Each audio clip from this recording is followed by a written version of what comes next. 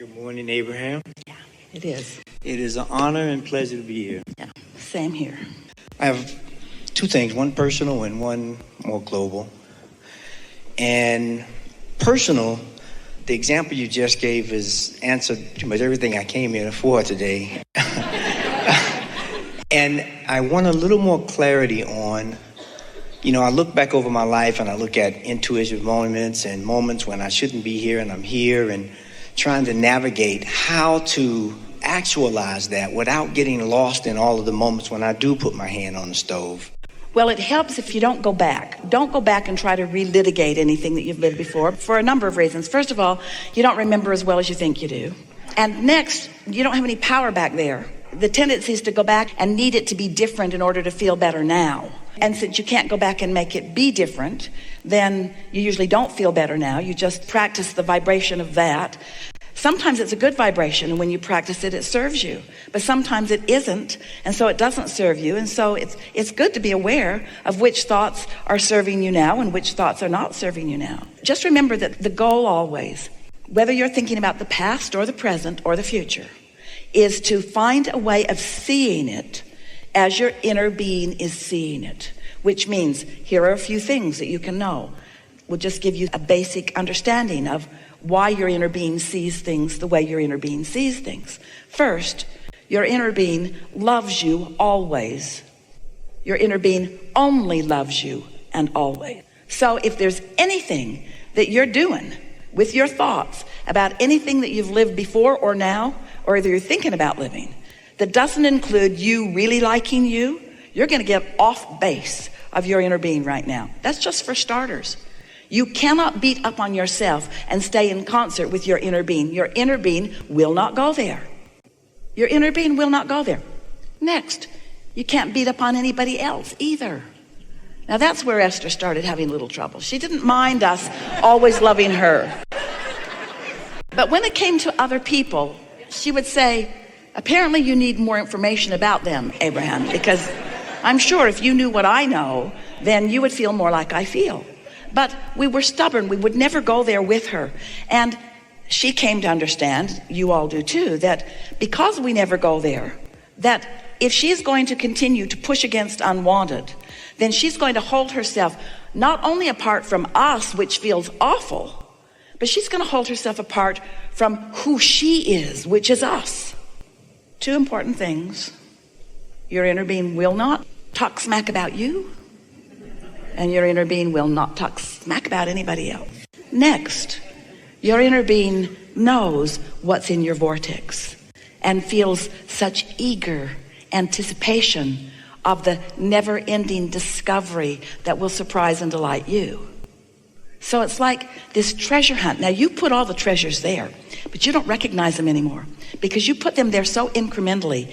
And in the meantime, they've been growing. They've been becoming more. Law of attraction's been gathering the cooperative components. And so the pieces or ingredients that you've been putting there have grown into full-blown life experiences that are ripe and ready for your reception.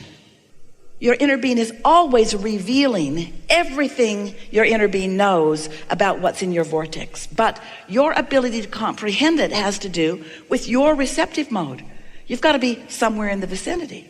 So you got to like yourself, you got to like others, and you got to feel anticipation of everything you want coming to be. That's the bargain you struck when you decided to come. You said, I'll like me, I'll like others, I will appreciate and respect the contrast in which I live, I will give birth to lots of new ideas, and I will anticipate the full-blown living of those ideas. That was the contract that you didn't sign, but that you vibrationally knew coming into this time-space reality. Oh, and then there's one last thing. You said this and you meant this with everything that you are. And I will live happily ever after. I will live happily ever after. I am an eternal being. I cannot cease to be. I cannot cease my consciousness. I cannot shut myself down. I cannot come to an end. I've come so far. There's so much joyous momentum. There is so much joyous momentum. So you said, I'll join my joyous momentum and I will allow it to come to full manifested fruition in this leading edge place. This time and space where the ideas blossom and bloom, where you can see them, and all the depths and magnificence and brilliance of the colors, where you can hear them, all the rhythms, all the pieces, all the sounds, all the symphony of it, where you can smell all the fragrances of it and taste all the flavors of it and touch all the tactile feelings of it. In other words, this time-space reality is where your thoughts turn to the things and you are ravenous for it, you see. You came as a creator to do all of that, to experience all of that, and to do nothing less than that, you see. So it's logical to us that when you have a little thought like, I don't like me, ouch. I don't look too good today, ouch. I should have done something different last year. Ow, ow, ow, ow, ow, ow, ow, ow, ow, ow, ow. I hate that person. Ow! That person should go to hell. Ow! Oh, this glorious guidance system that you are aware of, aren't you? You just didn't know how personal it was, how about you it is, about what you think it is. It's not about anybody else. It's only about what you think about anybody else. It's not about anything except the relationship between what you think and what your inner being's thinking about the same thing in the same moment. So in relationship to that, I know for myself, and it's probably for everyone here, going through life and going through the contrast, I've had moments where intuitions came so clearly. As you say, I could like see them unfolding and they unfold. And isn't that satisfying? Yes. To have intended something, held the vision of it, know that you're in vibrational sync with it, and then watch it unfold. Isn't that satisfying? Yes. The other thing that's more global is how do we, and I love the addition of 5 and step 4 and 5 and 1, how do we continue to like, for lack of a better word, that beginning step where the contrast is so... Ow. That's how. Ow. What's the alternative? Ow. Seriously. Do you have any choice if you want to feel good other than to think good feeling thoughts? No. What we think we're really addressing here is your, we love you so much, unnecessary tolerance for discomfort. You've sort of grown calluses, have asbestos hands. Ha ha ha ha ha. Ha ha ha ha. I've insulated myself against my own negative emotion. And while it's not burning up my hand, it's destroying my financial well-being. Or. We know that we are bordering on ridiculous here, but we're wanting to get your attention that it's time to begin directing your thoughts to synthesize and harmonize with those of your inner being in order to live the manifestations that are so important. It's interesting because everything that we want to talk to you about is about feeling, because we know that everything you want, all of these manifestations, whether it's cars or houses or empires or relationships or circumstances or events or movements, anything that you want because you will feel better in the having of it. So if we can convince you that you do have control over your emotion, and it only takes a little bit of conscious awareness to get good at it, then the manifestations will follow. But almost every time we talk with you about that, dear heart humans freak out and think that we're trying to talk you out of your manifestations, as if they're not spiritual, when nothing could be more spiritual than the leading edge of spirit. Manifestations are important. They are what we all came for. Think about the idea of something beautiful. Just think about beauty, and then open your eyes and look outside at this day. Esther stood and looked out her window this morning. She hardly could make herself go take a shower. She just wanted to keep looking out the window at the beauty of this day. It's almost like she could see the fresh, high air. She couldn't get her window open. So she had to imagine what it smelled like out there.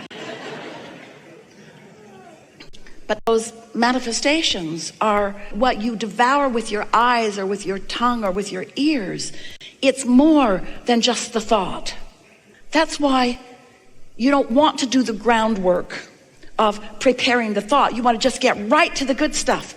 But if you haven't done the groundwork and prepared yourself for the receiving mode of the good stuff, then when the manifestation comes, it isn't the good stuff.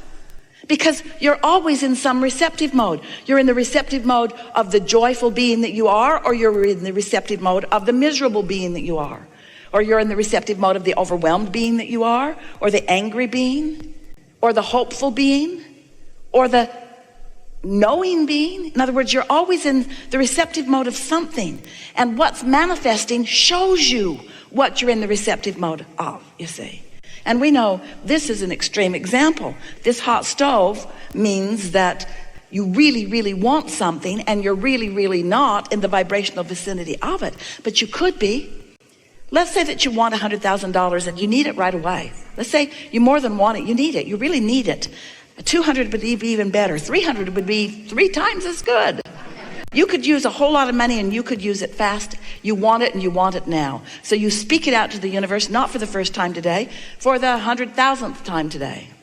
So you've spoken it out, and yet you really don't expect $100,000 to just drop in your lap today. You don't check your bank account every hour. Is it there yet? Is it there yet? Abraham, how do I turn these thoughts to things? How do I get it out of the vortex into the bank? Tell me now, tell me now, tell me now.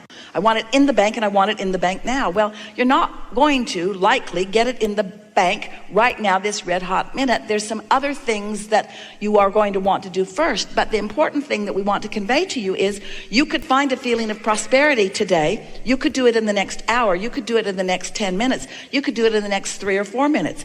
You could focus in a way that makes you feel the same prosperity that your inner being feels. And for a moment, you could be in a receptive mode where an idea could come to you. And if you could continue to find that feeling place, not needing the condition to change in order to find the feeling place, but finding the feeling place because you're capable of doing it, because it's your natural state of being, and because your vortex represents it. If you could find the feeling place of your vortex, if you could find the feeling place of your inner being, if you could feel your confidence even before the money's in the bank, if you could feel expectation about it, then more ideas flow. Because the same process turns your thoughts to your things, that turns anybody's thoughts to anybody's things. Nobody's doing it differently. Thoughts turn to things. You just can't think against your thoughts without turning yourself against the things that you want. You can't think about what you want and then notice that it's not there and get any closer to the idea that will bring it. You can't long for it and hurt for it. You can't suffer over your ideas. Oh, I had the best idea, but it won't ever work. I have such a good idea. It seemed so good in the beginning, and then I realized that I'm a failure. Have we taken this too far? We don't want you to ever forget this hot stove. We want you to find your emotional sweet spot more of the time, because you can find your emotional sweet spot anytime you decide that you want to, even if it just means sitting and quieting your mind or finding anything to think about that doesn't poke at you in some way.